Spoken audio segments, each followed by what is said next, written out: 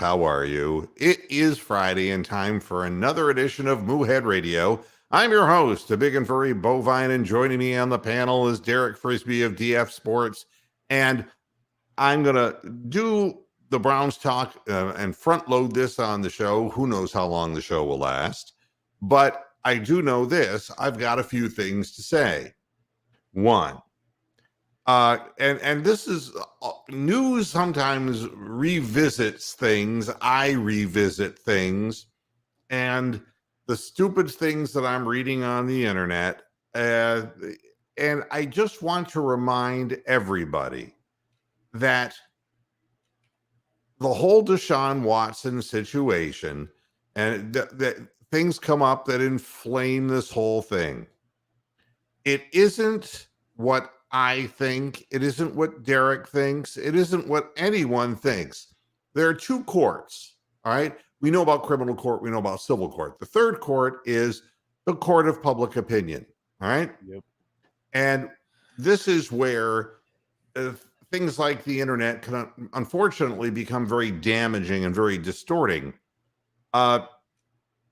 Couple things that appeared, one main thing that and I want to do this whole thing so that you understand where this fits in my way of thinking. I hope that the people who listen to this program feel that this is a balanced rendering. I do not have the foggiest notion based on law who's guilty and who's not. Now, I'll give you a good example of where I was wrong, and that would be Kyle Rittenhouse, okay? I was absolutely gobsmacked that he walked away. But the law says something different than my opinion. And my opinion was not based on any form of legal representation.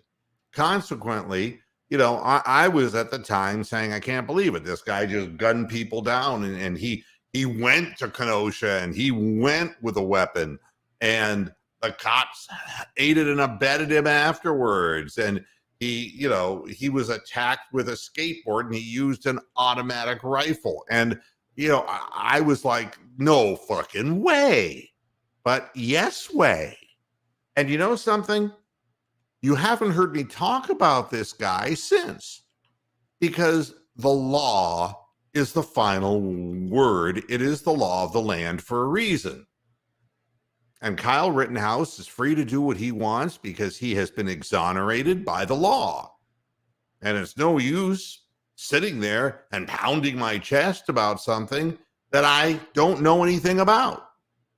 And I don't know anything more about Deshaun Watson than I did for Kyle Rittenhouse. But I will say this.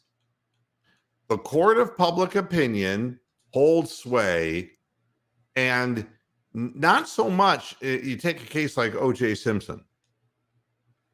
O.J. Simpson was talked about endlessly in the press, but really when it came down to the jurors, right? And everybody had that, oh my God, he got off. But, you know, if you were in the court and you saw how the cases were presented, you might have found in favor of O.J. as well, even though we all have this lingering suspicion that O.J. did it. The law determines what the penalty is. In the case of criminal law, we already know there's not a criminal charge against Deshaun Watson. That doesn't mean he's innocent.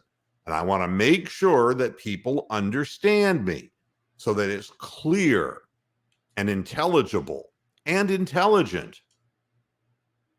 I don't look at him as innocent or guilty except the rendering of the law. If one of 22 women was harmfully coerced into performing acts that they refused to do, then there has to be justice done. All right? I do not believe, and if there's 10, if there's 12, if there's 14 or 16, whatever the case may be, I do not have an opinion. I would say that judgment, when I look at this, I just shake my head and say, if I were looking for a massage therapist, I wouldn't go on Instagram. And if I were a woman, I wouldn't be going after a professional athlete on Instagram to perform services using Instagram as a source of advertising. I wouldn't do either of those things. So I'm neutral on this. Let the courts determine. In this instance, we get civil court. So it came to my attention today that a couple of the women who are making the accusations are appearing, on HBO's Real Sports with Brian Gumbel. And that's the difference between something which I give a fuck about and something I don't give a fuck about. I really am not going to watch the program because this is being the part of civil court that is different than, when you sequester a jury, all right? And when you lock them up and you don't let them go out and go out into the world and read all the publications, you're trying to tamp down the court of public opinion. In civil court, you're trying to inflame it. And both sides do it. When Deshaun Watson's attorney says, I got all these letters from women who worked on him who never had a problem with him. That isn't directed at the courts. That's directed at us. I told you, just a bunch of rogue women, The court of public opinion is dangerous stuff. And if you're going to watch HBO's Real Sports and you're going to hear one side of the case, and that's all well and good. That's what attorneys do for a living. They try to win over the court of public opinion because what it will do is put more pressure on the people who are being sued in civil court and can help not only hasten a settlement, but give a sense of greater reward in civil court by winning the case in public court. And I don't care about public court. I just want to say, go ahead. No, go ahead. No, I was just going to say, as far as, because there's been a lot of stuff coming out this week and it's kind of struck fire as far as the suspension stuff. I don't know if you heard it the other day, but Ian Rappaport, and this is not a direct quote, but I'm paraphrasing what he said. He goes, I don't know. Nobody knows. We're all just hearing a bunch of stuff coming out. So this whole idea of, oh, they're going to give him a year. They're going to give him 2 years. They're going to give him 2 games, 6 games. Nobody fucking knows. So if you're throwing darts at a dartboard, if you're sitting there on your high horse talking about, oh, he did this, he did that, or he didn't do this, he didn't do that, whatever side you're on, nobody fucking knows. So stop sitting there acting like you do. I mean, it's a wait and see thing. It doesn't matter the side or what you think or what you don't. Wait it out. Nobody knows. The NFL is going to do their own ruling. They've been inconsistent in many cases. Cases. Again, if they give them a bunch of weeks, or if they force them out for the season, what Browns fans will say? Well, it was the Browns, and that figures. It just figures.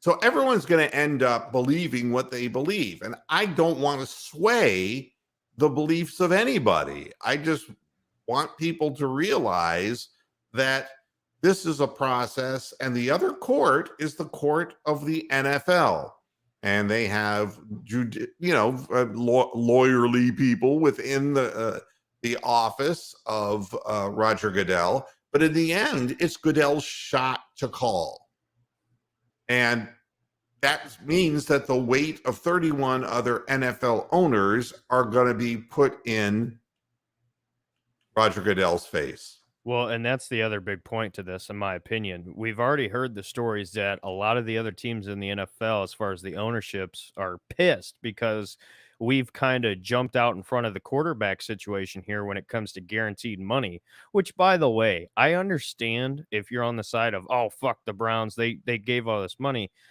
It was coming eventually, maybe not this soon, but there's also that side of things. Roger has to keep the owners happy. So maybe he throws on a little bit more lengthy suspension on top of that, just as a, hey, you guys went out and did this, and I'm not saying that's the main part, but you got to factor in a ton of different things when it comes to the result, I guess. Nobody's going to be happy. All right.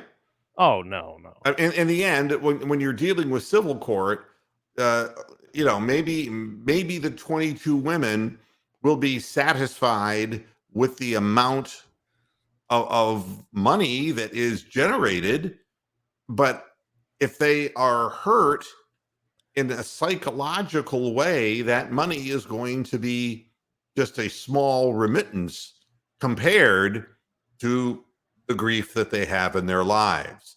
Nobody comes out of a situation like this full 100%. It doesn't work that way. The civil courts are lined up and one thing that the women have going for them is, what the Goldman family did not have, which is, how collectible was O.J. Simpson? We know how collectible Deshaun Watson is. So they have that going for them. They can get a bigger claim Hey, on by this. the way, it's kind of off topic, but can OJ shut the hell up talking about the Browns? I think he, I saw a video that he was talking about Baker and like where he's going next. I'm like, we got enough shit, OJ. We don't need you talking about our damn team. Good lord. Yeah, that is like, OJ coming to your rescue. He's like, stay back, stay back, stay back. It's like Hugh Jackson jumping on your cause. It's like you're only hurting it. Exactly right. There are some people you just want to keep a distance and keep away. So right off the bat, this whole swell of press will occur. It's happening and it's timed during a deposition period, and it is designed to put pressure on the legal team and on Deshaun Watson. That's what Tony Busby is paid to do. Okay? That's his job. That's what people who handle civil litigation do. And when you have a big name involved in civil litigation, then you can do that because the more famous a person is or notorious a person is, the more attention you can get with it in the press. And that's part of the job. And I have no rancor toward that whatsoever. Both sides do it. And in the end, it'll be the court of the NFL that will deal with the football side of things, and it will be the civil court that deals with the financial end of things. On a good news front, all right, 30 offensive members went to the Bahamas. Whoa, and 30. 30. I didn't hear that. Wow. 30. That's everybody except Baker Mayfield. Everybody. Well, offensive linemen, the wide receivers, the tight ends, the running backs. So that's a lot of people. Yeah, that is crazy. And this is a very messed up joke, but I'm going to say it anyway because it's a Friday and why not? My buddy, when this news came out about everybody going to the Bahamas, it said breaking Browns quarterback Baker Mayfield to take the third and fourth stringers to the Cheesecake Factory for lunch. Well, that's a terrible joke, but I'm sorry. I just had to throw it in there. Yeah, I mean, this is dragging on way longer than it needs to. Yeah, so according to Mary Kay Cabbagehead of Cleveland.com, Watson chartered a private jet for about 30 of his offensive teammates to the luxury resort of Atlantis in Nassau. And actually, it's not in Nassau. So she's wrong about that. If you've ever been to Atlantis, I was there when Atlantis started getting built, and they own Paradise Island. Paradise Island is not Nassau. It's across the water from. You can ferry on into Nassau.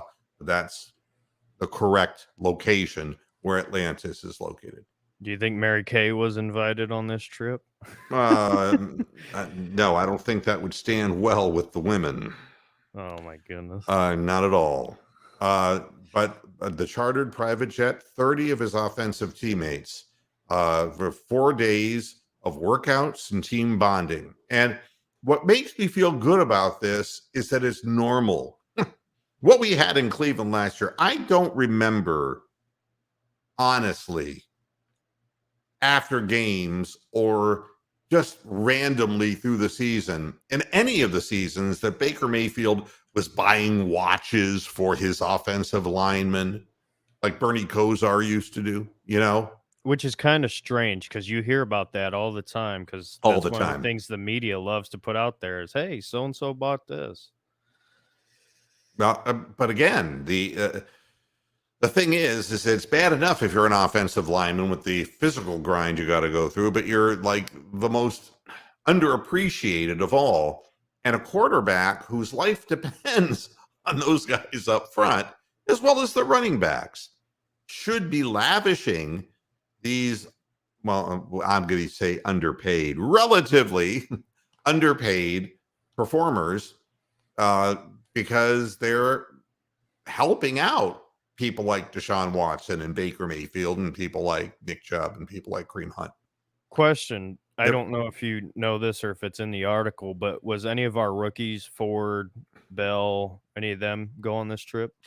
I can't imagine that I they hope so. drummed up 30 and that Ford wasn't one of them. There's a lot of talk about Kareem Hunt that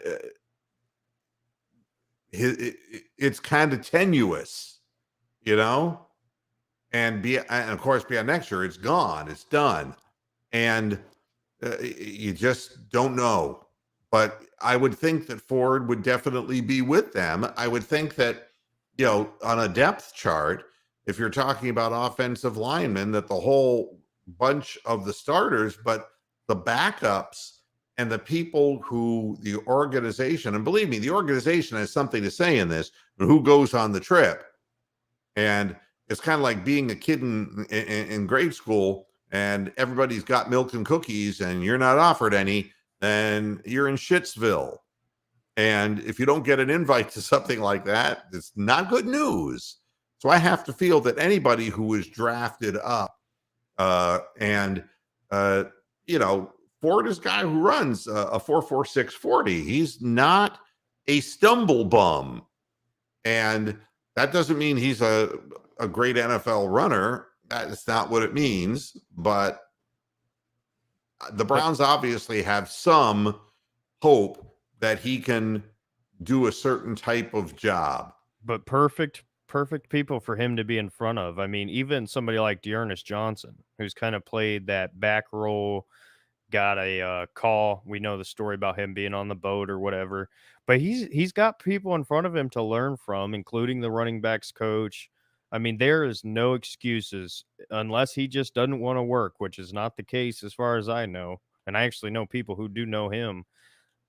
I have very high hopes for him. And that's one of the things I said on our post-draft show. He's one of my most exciting picks from this draft. Just because give it a couple years, these guys can't be here long term. So, but I hope he's there. I hope he can sit back and soak it in and learn how Nick Chubb and Hunt, guys who've been successful, just the little things that they do. Well, I mean, here's another thing. The whole Baker Mayfield thing. And let me try to explain this as simply as I can, because you can only beat a dead horse for so long. Nobody likes the situation. Browns don't like it. Baker doesn't like it. The fans don't like it. Nobody likes it. We keep getting reports from national sources saying, but wait a minute, the Panthers and the Seahawks are not out of this. And this constant lingering story only means one thing to me. It is money.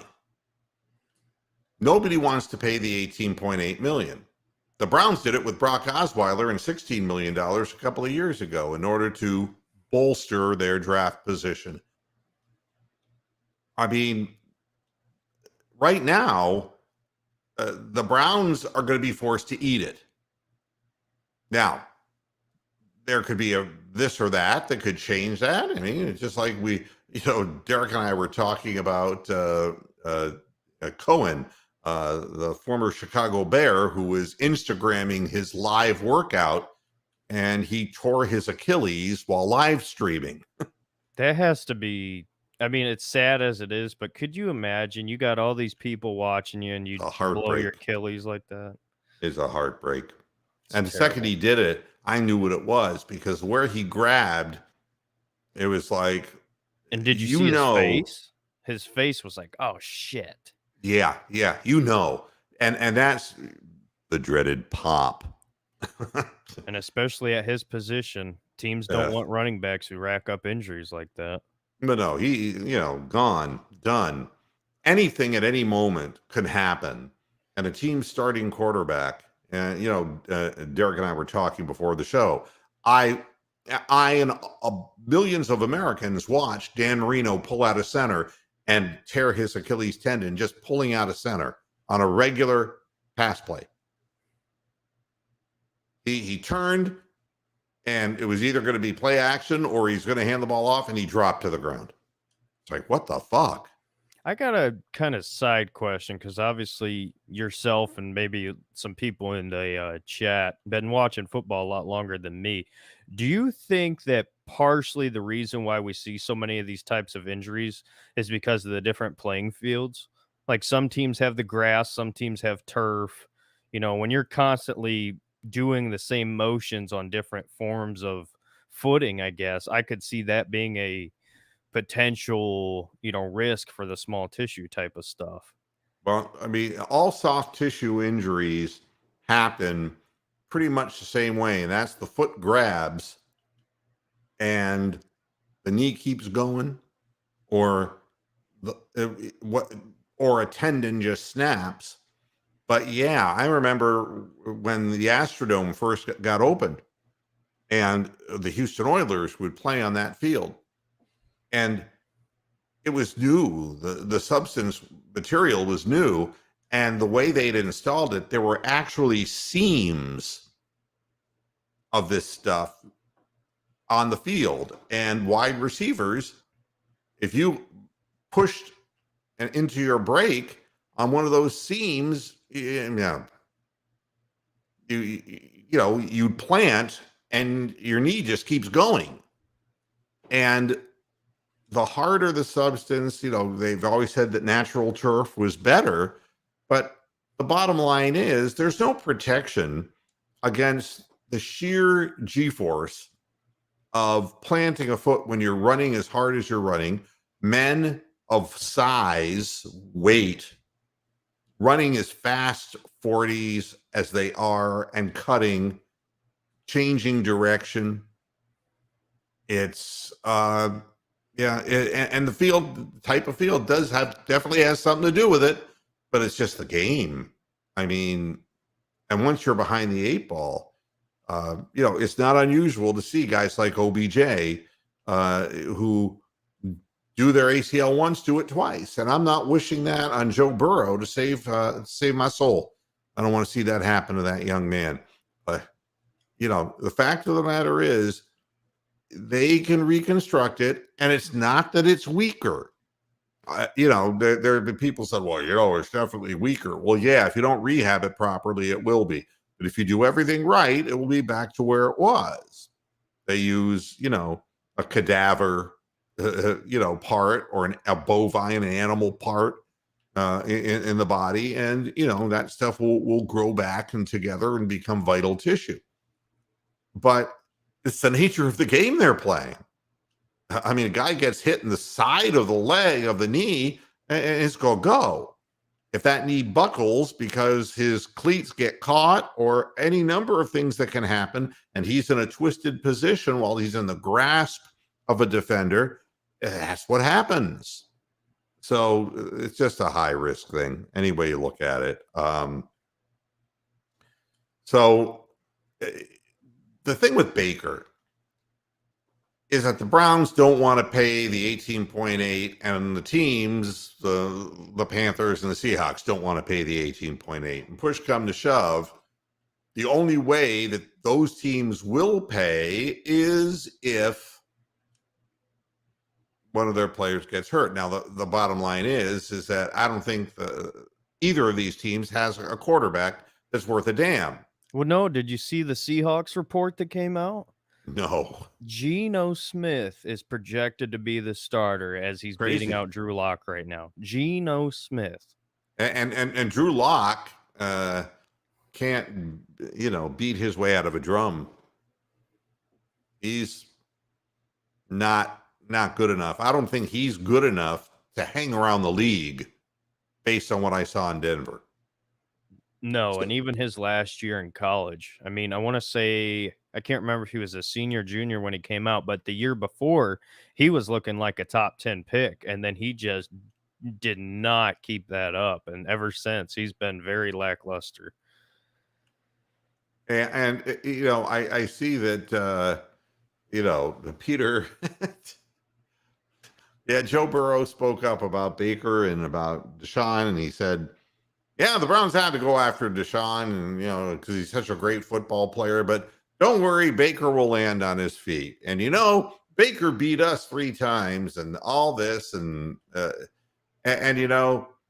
Joe Burrow's going to have to learn to keep his mouth shut, because when you open your mouth about things like, now, he didn't say anything insulting about anybody, but you're better off. I've heard plenty of stories about Joe Burrow that he's a real life prick, but I don't know anything about him. All I know is sometimes silence is golden. You just don't want to, mess with it. So this is a waiting game. All right. Either somebody gets hurt, or the quarterbacks during the preseason, it's obvious that they all suck. And one of these teams is going to have to cave in to some degree.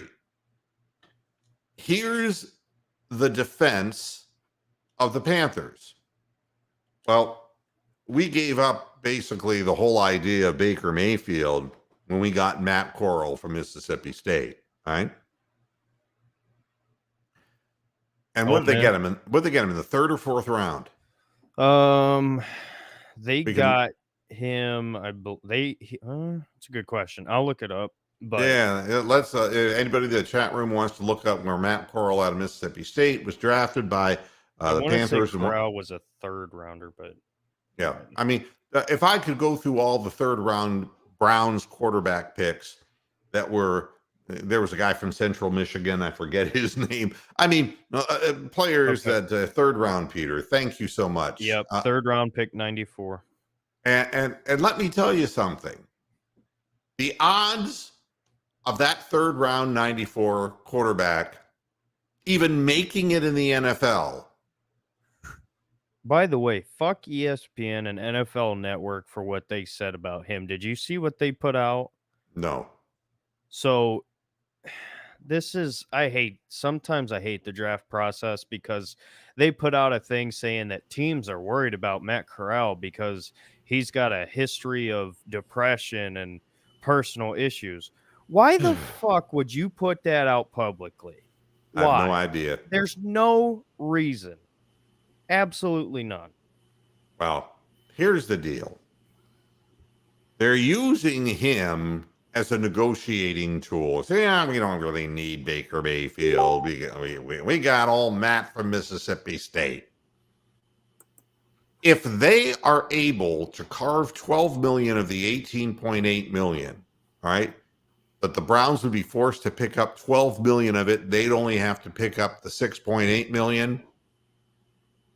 And Matt, is it Corral or Corral?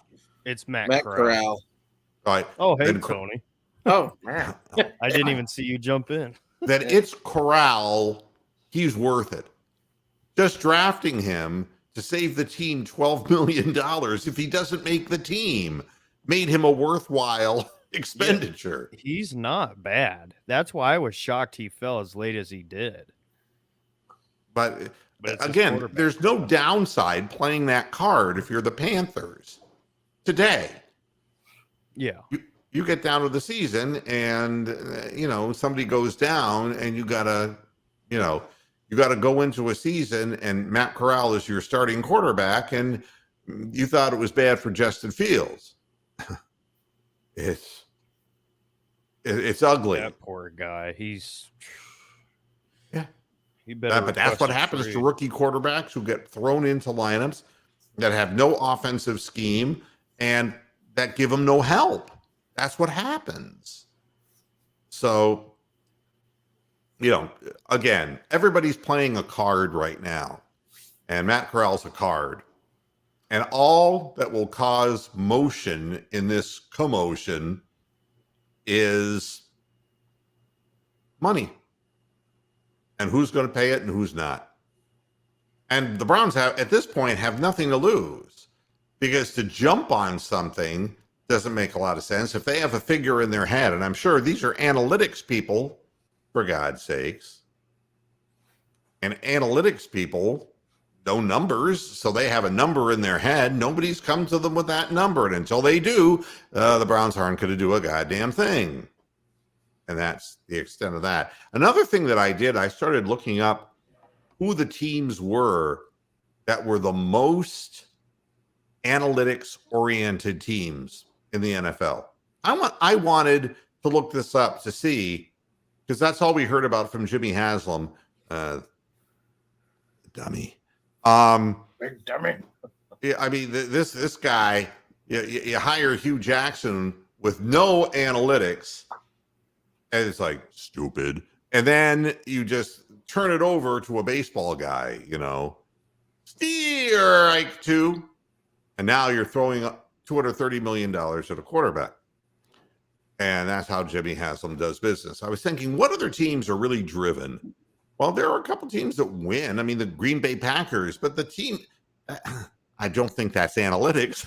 I think that's Aaron Rodgers.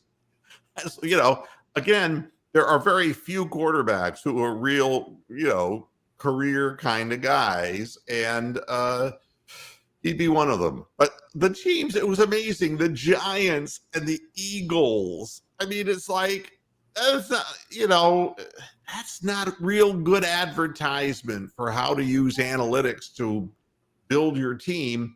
Well, where did Andrew Berry come from? He came from Philly before he got to Cleveland again.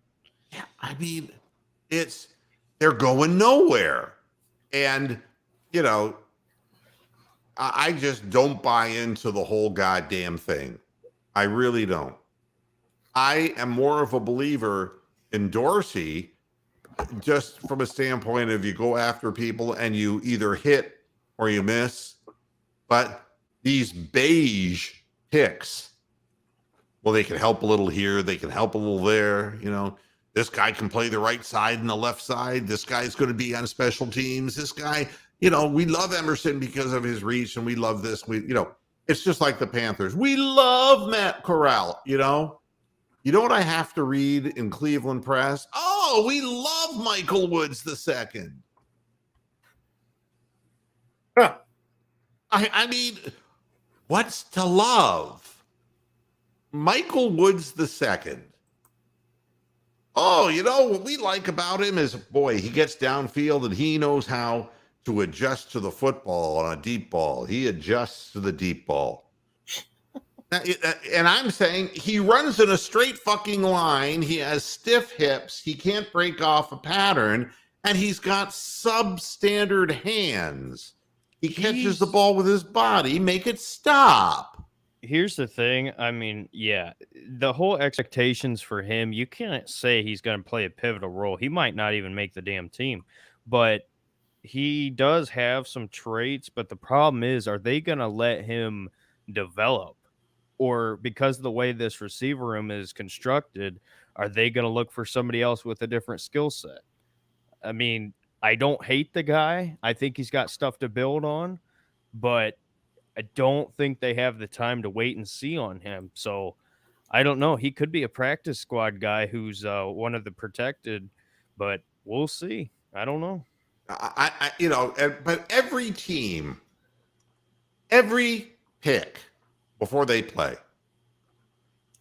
for every Johnny Manziel, every wide receiver that the Browns have ever brought in who were Corey Coleman-esque, they love him before they actually put on the pads. They love him. They can tell you, well, that's why we drafted him. We got Emerson because we love that length, that 33-inch length. You realize what that means? It doesn't mean fucking dick if he can't move his feet. But everybody likes their own draft. The Giants are still praising Daniel Jones as the quarterback of the future. And the Panthers are still saying, well, you know, Sam Darnold's right there in the mix. I mean, you can't play worse than these people. But they all love him. And the reason is everyone in the organization had better get in line and say they love the picks or else they're going to get fired. The people in the front office are the people making the picks. So, you know, that's, you know, so all this, we love Matt Corral, we love Michael Woods II, we love. But when it comes to push and shove, you know, the second you saw Nick Chubb play, Nick Chubb was Nick Chubb. Hey, speaking of loving players and our lovely Ravens fans, did you see the clip of Lamar Jackson throwing in practice and he missed him by 10 yards? No, who is he throwing to? I don't even know. I don't know if it was Bateman or somebody else, but he was just doing a light practice and typical Lamar stuff. You can't throw outside the numbers like everybody's saying. And it was a simple out route, easy pass. I could have made it. You probably could have made it. Tony could have made it. But Lamar just airmailed him by a mile. It was embarrassing. It was as bad as that Tua one to Tyreek. Did you see that one? I did see that one. But Tua has got kind of a funny motion, man. And you know that Brian Flores just was not high on Tua. He's a college quarterback. That's what he looks. It's a lot like, you know, what we've seen with other guys, other left-handed Tim Tebow-esque, though he's not the size of Tebow. I like Tua, but his injuries have racked him up too much in college. I mean, you're talking about a guy who had a broken hip in college. He's just glass.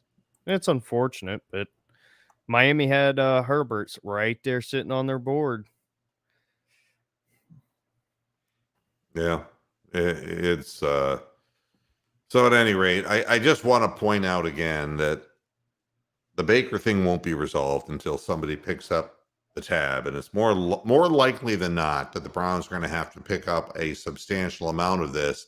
They got themselves into it. They got to get themselves out of it. That's really all that it's a price you pay. Yeah. Now there's a few things here that we were talking about the Ravens briefly there. Sam Cook, the punter, retired, and that guy been around forever. That guy, good punter. Joe Shipley. Joe, how you doing? He goes, wow, Lamar made a bad throw in practice. Yeah. It's not. Yeah, you know, nothing. There is no truth to anything until the season begins. But you're losing your punter doesn't help you, Joe. We can speak from firsthand experience how important kickers are. Your field goal kickers, tremendous. I wish Joe would come on the panel. I got a couple questions I'd love to ask him. Yeah, I mean,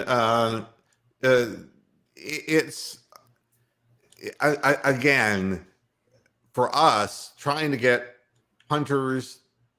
I mean, we've tried everybody. And field goal kickers, we've tried everybody, and some of them even twice. And when a guy like, you know, like the Ravens punter, 16 years, man? He's been in the league 16 years. That guy was a guaranteed 48-yard punt booming off his foot at least every time. That guy's incredible. And he went out on top, man. He's a solid guy. And, you know, I just notice who's gaining and who's losing. And I don't think that the Ravens are in trouble, but nor do I think they're in the catbird seat. And I don't feel the Bengals are either. That's the damnedest part of it. I don't feel that anybody's in the catbird seat. So, you know.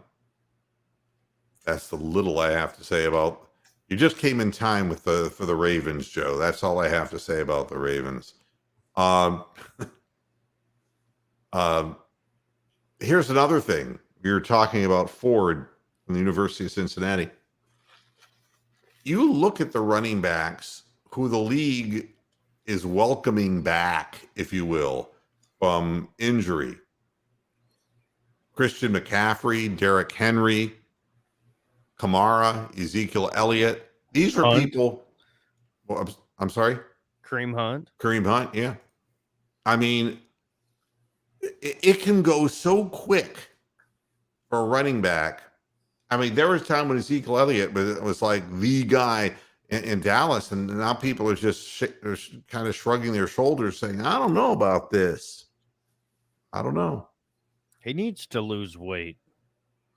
Sorry. He just does. I think the Cowboys as a whole to me are just, I was never that sold on Dak Prescott. Not that I have anything against him, but he was not in the ultimate hierarchy of NFL quarterbacks in my mind. And the owner is a flake, an absolute flake who seems to want more attention than he should be getting. And they've always had a history of hitting dead spots in December when really the going gets tough and important. And there's another one. I mean, Saquon Barkley, I mean, this was supposed to be, he's proven to be Keyjana Carter. It's what he's proven to be. A guy who cut so damn well that he cut his own knee out. I really don't know. And he's not a between the tackles back either. That's the thing. He's so limited, especially with the injuries. Yeah. And we're getting, I'll join the panel one day this upcoming season. You guys are a solid group. Joe, we play y'all twice. Come on the show. We harbor no resentments if we lose. If the Browns lose to the Ravens, unless it's just an abominable call, that hinders our team, you lose. And, Lamar Jackson has beaten the Browns coming out of a fucking toilet. Cramps. So, yeah, and I'm not, fair and square, man. He came back into the game and he beat us. That's got to be all time.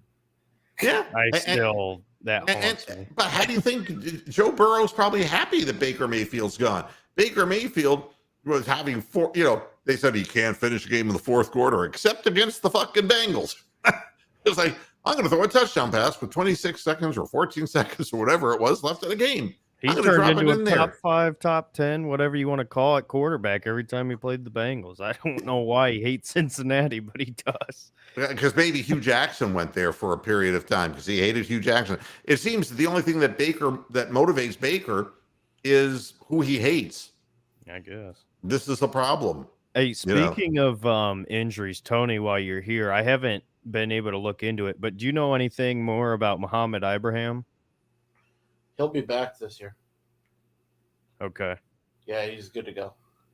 So he's recovered fine? Uh-huh. Good for him. So, Tony, what do you have to say for yourself? Hi? Is this court? I don't know what the fuck do you want me to say? Well, I thought you'd have an opinion about all the things that I'm saying because I'm a vile and hateful person. Apparently, yeah. Oh, inside jokes are great. Oh yeah. I deserve any shit I get. I deserve. I'm more of like I'm not quite into football yet. I'm enjoying the baseball. My team's doing okay. Oh, the Twins, man, they're on a roll, dude. Uh-huh. I mean, it helps that we're in the Central. God, the Central sucks. But are the Twins for real? I mean, I saw them play the Indians and the Indians. Yes, they're the Indians. Fuck it, I'm not even going to go there. The Indians to me. I mean, why fight it? Why fight it? Yeah, but they're doing the little things right, and they're hanging close in games, winning them in the end. They're having important, big innings when they need them. Very timely. It's 162 games. It's a long haul. But boy, what is their record now, Tony? The Twins.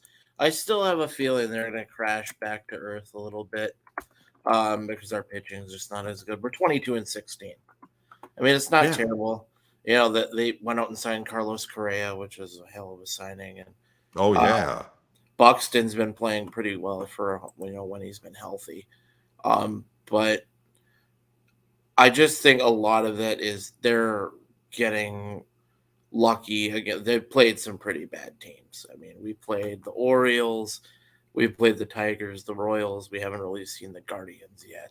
But I mean, look, we played a 10-26 Cincinnati Reds team and lost against them because we couldn't score more than 2 runs in a game. You know, this is the way it's been for Cleveland. It's like all or nothing. You know, they'll score like 12 runs in a game, and then they'll go 3 in a row where they score fewer than 2. I was watching that. It was like fucking nobody could hit. I mean, who's the fucking former Indian outfielder that plays for the Reds now? Naquin just destroyed the hell out of them. Yeah. And the thing with Tyler Naquin is you'd think that the Guardians would be smart enough. You'd think that Sasquatch, the goddamn Carl Willis, would. I mean, the guy's, power zone is low. I mean, Naquin loves the ball that's in and low. So what do? They throw him heaters down and in, and he just cranks them out of the ballpark. Now, Naquin did this for when they were the Indians, and he would have these brief flashes of power, and then when the season was over, he'd end up with 10 home runs. It was not a big deal. But yeah, he's making the old team pay because they're not pitching him in the right location. He can't get on top of a fastball to save his soul. He is, what do they call it? The lightning zone? Is that what they call it? When a guy's, my God, it's all low and over the plate and in. You throw it there and he's going to rip you. But yeah, it just seems like the Indians they're never not going to be the Guardian. That's the dumbest name change ever. But anyways, just wait till you have to talk about the Commanders. I can handle a Commanders. The Indians the Cleveland should have changed their name to the Spiders. That would have been a better. No, I hate that. No, Spiders was the original baseball team. I know, but I still don't like Spiders. Oh, I don't think anybody. I would have called them the Cleveland Shitburgers if they actually went out and got good players. But I don't care what you call them. Yeah, they're a collection of people. I mean, you knew that Jimenez wasn't going to keep hitting like he started out hitting, and now, Ramirez has got a bruised leg, and so he's, they're not sure if he's going to be able to play for a little while, and you knew that Naylor wasn't going to be, red hot, cranking grand slam home runs out of the ballpark. You knew that the teams were going to get the video of Kwan. Kwan is not striking out, and he's still making solid contact. He's kind of hitting in hard luck, but his batting average has dropped like 50 points. Yeah. And, these guys can't be expected. And Miles Straw looks like his bat is made of miles of straw. Right now, he stopped hitting.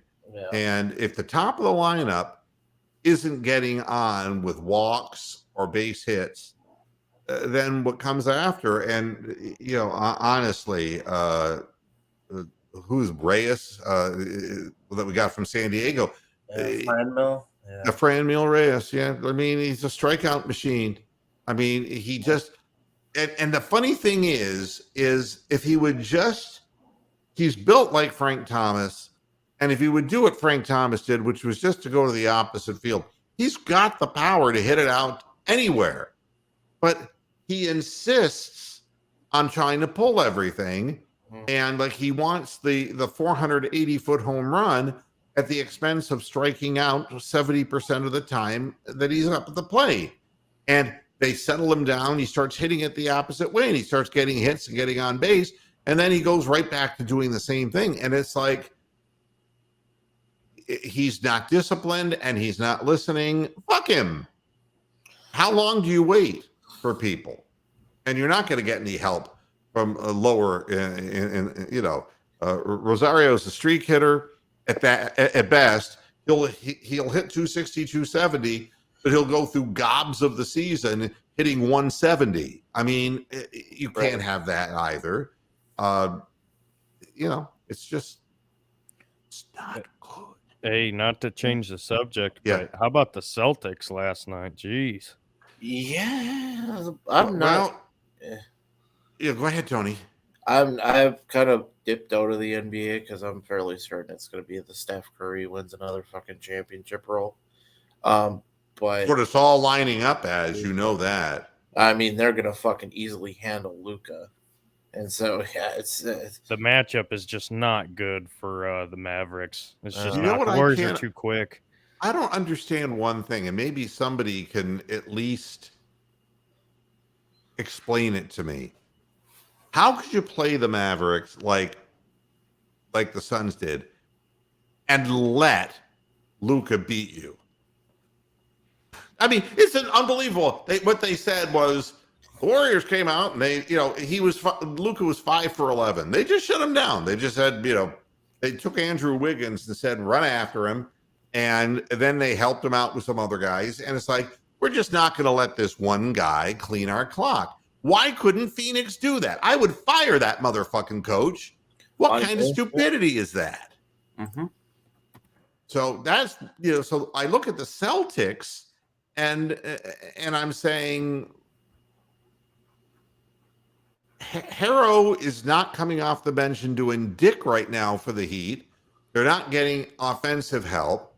The first game was a bad game, and the Celtics, who have a good coach, said, what we're going to do is we're going to play Grant Williams more time, and he made adjustments, and you saw that the Heat, who are a defense first team, if the Celtics score 110 points, the Heat are going to lose every time.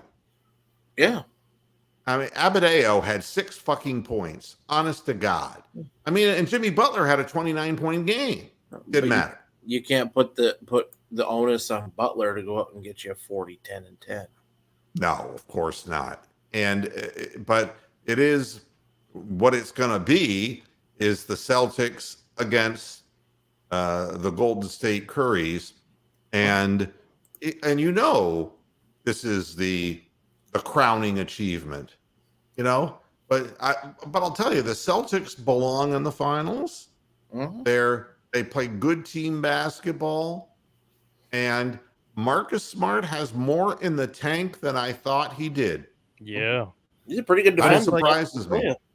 It's like I said, though, here's the thing with the Celtics is they always seem to be pretty good and they can get really close, but for whatever reason, they just can't get over that hump. So I think this year they got a chance. I think they will be in the finals, but I mean, that Warriors team, man, I just hate watching the Warriors be successful again. It's like I said, I mean, they're just so quick.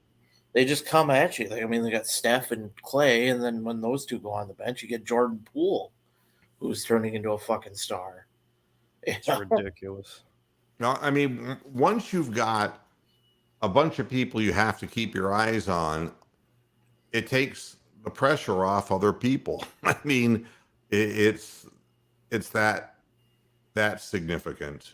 And go ahead. I will say this, and this is just, me personally.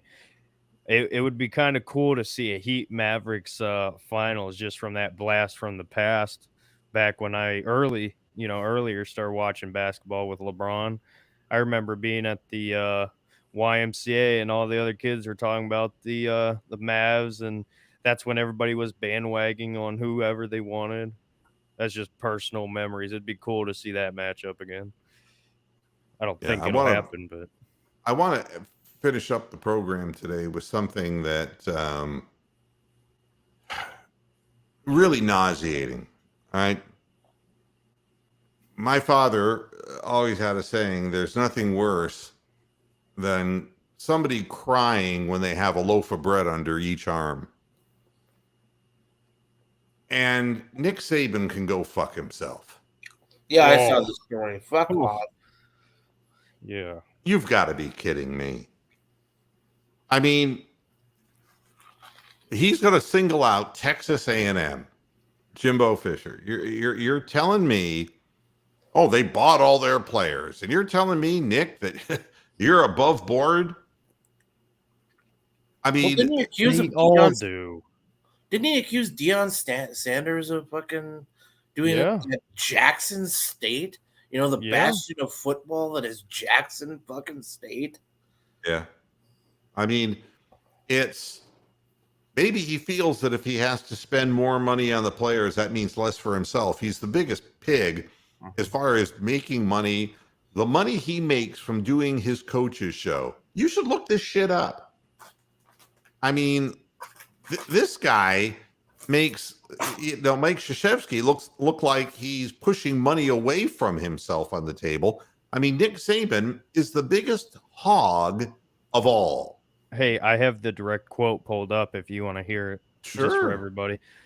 This is Nick Saban talking here. He said, "We were second in recruiting last year. A&M was first, period. A&M bought every player on their team, made a deal for a name, image, and likeness. We didn't buy one player." How can you come out and say that? I mean, Because he's a liar. everybody knows they've been every breaking news. If you think, oh, well, my team's innocent. No, they're not. Every single team has been paying players under the table for a long time. It's just what happens in college football. And if Nick doesn't want to pay players for their likeness and all of that, that's just, he wants more money in his own pocket. The fact of the matter is, what he seems to be complaining about is more of that. It's like, look at the lengths they're going to. They cheat better than I do. They're willing to spend more money.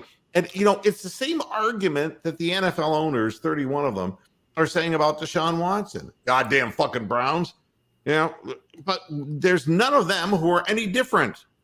And no owners in Major League Baseball that are any different. Hey, you want to know a random fact that's somewhat related, but not really? Talking about Texas A&M, do you know that Myles Garrett was originally planning on going to Ohio State, but because they didn't have the paleontology at Ohio State, he went to Texas A&M because he's obsessed with dinosaurs? Right. And isn't that kind of crazy? Like, could you imagine if it was Nick Bosa, Joey Bosa, Chase Young, Myles Garrett, Cam Hayward? Yeah. I mean, he was still the number one pick, so not that it mattered, but just nuts to think about. Jimbo Fisher's response, quote, "Some people think they're God. Go dig into how God did his deal. You might find out a lot of things you don't want to know. We build him up to be the czar of football. Go dig into his past or anybody's that's ever coached with him. You could find out anything you want to find out, what he does and how he does it. It's despicable." And the fact is, the whole state of college football is despicable, and I've been screaming about it for years. Well, they just can't police it. And I think I've said this on here. I'm not going to give names, but I've personally sat down and talked with, and I'm friends with, I guess you could say, the guy who does all the NIL deals for Ohio State. He represents all the players and does all that.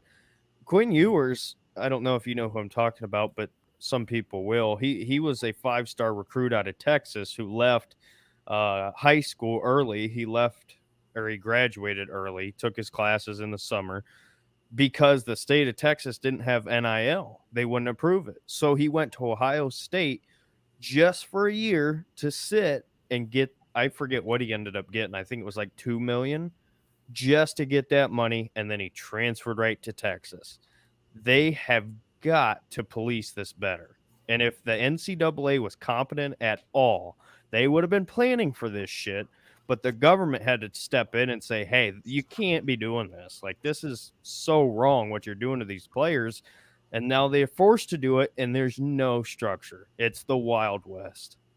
I agree. I mean, the funny part is now Saban, trying to do damage control, has told ESPN that he reached out to Fisher and Sanders and wanting to apologize for mentioning their specific schools and for any suggestion that they were cheating to get players. That was not a suggestion. It was a blatant accusation.